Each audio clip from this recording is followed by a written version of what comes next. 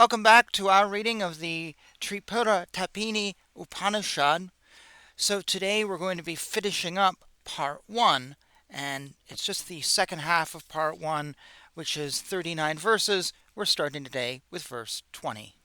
Tat Savitur Varenyam Bargo Deva. The imperishable milk that wipes out the effects of acts and their agents is worth imbibing. That imperishable milk is won through the union of the Supreme Self and the individual self. That is the clear third syllable, ha. It is indeed Sadashiva, the flawless, the shining divinity. The last syllable is thus expounded as the supreme abode. Di denotes upholding. The upholding of inert matter is associated with Mahi, denoted by the syllable lah. The sense of lah coming after ha, denoting Shiva, is clearly Brahman. The last syllable is the Supreme Spirit. May it inspire our thoughts. Paro Rakshase Savadam. This group is the abode of Kamakala. He who treads the 6 paths reaches the seat of Vishnu. Whoso knows this, thus reaches that seat. Nothing besides this exists, says the Lord. After this, the third group, Shakti Kuta, attains accord with the Gayatri of 32 syllables. Tat Savitur Varenyam. From the self comes the sky. From the sky the air stirs forth. What comes into being in dependence on it is adorable. Befitting Savitur is the coming together of the individual self and the Supreme Self. The syllable denoting the individual self, Sa, clearly attains the form of the luminous power. Bargo Devasya Di. With these words is counted the syllable Ka, denoting Shiva, who contains all. With Mahi, etc., La is in accord with the desirable, lovely, visible reminder. The desirable, lovely Hirakya is in accord. Thus is Shaktikuta elucidated. Whoso repeats thus the 15-syllable mantra Tripura attains all desires. He attains all enjoyments. He conquers all worlds. He causes all words to bloom. He attains the status of Rudra, breaking through the abode of Vishnu, breaking through the veil of Maya. He reaches the supreme Brahman. Having set forth the primal Vidya, the Shakti group, Sa, Ka, La, Hrim, and power, and Shiva, as denoted by Sa and Ka, must be contemplated in the first abode, the wakeful state. The Lopamudra incantation, Ha Sa Ka La Hrim, must be contemplated in the second abode, the dream state. In the third abode, or the collective sleep state, must be contemplated the previous incantation, the power Srilaka, without the nasal sound, Sa Ka La Hri, the incantation on which Durvasas, the wrathful sage, meditated. The Vagbhava group of the previous incantation is described as pertaining to Manu, Chandra, and Kubera. After Madana, or Klim, comes the auspicious Vagbhava. Next is Kamakala. Next is the Shakti group. This grouping in this order was adored by Manu and must be contemplated in the fourth abode, that being the Visva state. First that which is styled Shiva and Shakti, then Bhagbhava, again the Shiva and Shakti group. The third, this incantation, adored of Chandra, is to be contemplated in the fifth abode, the Taijasa state. The incantation of Shiva, added to that of Chandra, is the incantation of Kubera. It must be contemplated in the sixth abode, the Prajna state. Whosoever knows this attains Kubera's wealth.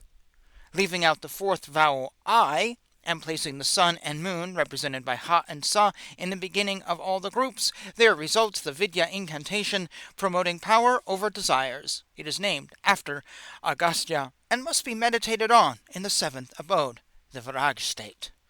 In the incantation of Agastya, given above, said in twofold manner, and Ha, representing the incantations beginning with Kama and Madana, then Sa, the seed syllable of Shakti, and Ka, the beginning of Vagbhava, of Sa and Ka, let the vowels be shortened into half syllables. This is the incantation of Nandi, to be contemplated in the eighth abode, the Satratman state.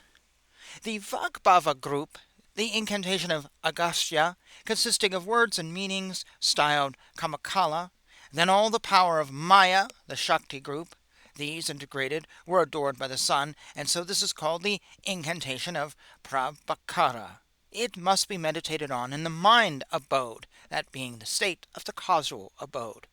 Again, the incantation of Agastya, then Vagbhava, the seed letter of Shakti, Hrim, the seed letter of Kama, Klim, the seed letters of Shiva and Shakti, Hamsa, and again the seed letter of Kama, Klim, with the seed letter of the earth, Lam, and that of Maya, Hrim.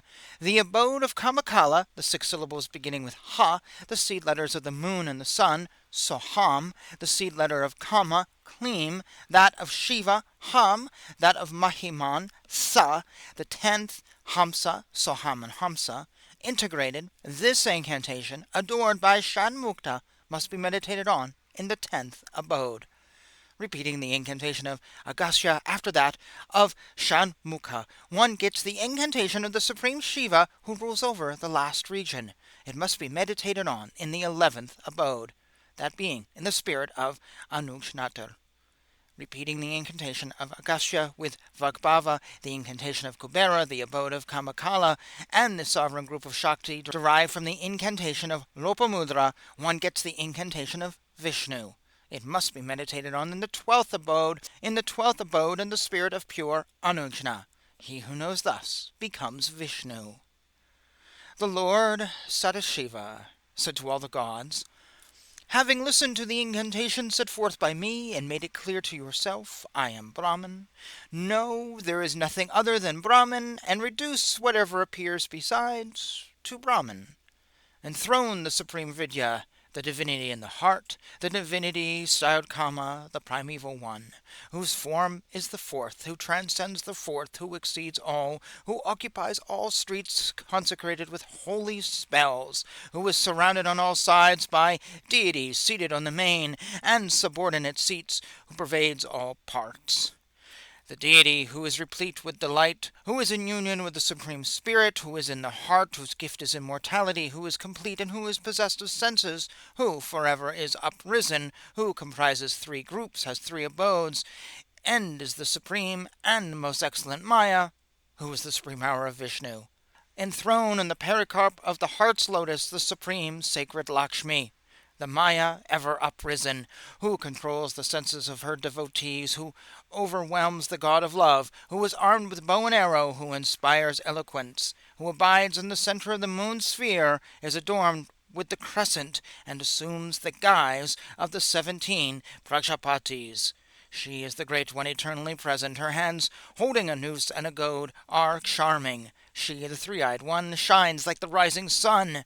In the heart meditate on the goddess Mahalakshmi, comprehending all glories and possessed of all auspicious marks. Her own nature is spirit. She is flawless. Her name is Trikuta. She has a smiling face as beautiful as the great Maya, and is extremely fascinating. She is adorned with great earrings. She rests on the threefold seat and abides in the nameless sacred abode, Shripita. She is the great Bhairavi, the power of spirit, the great Tripura. Meditate on her through the great yoga of meditation.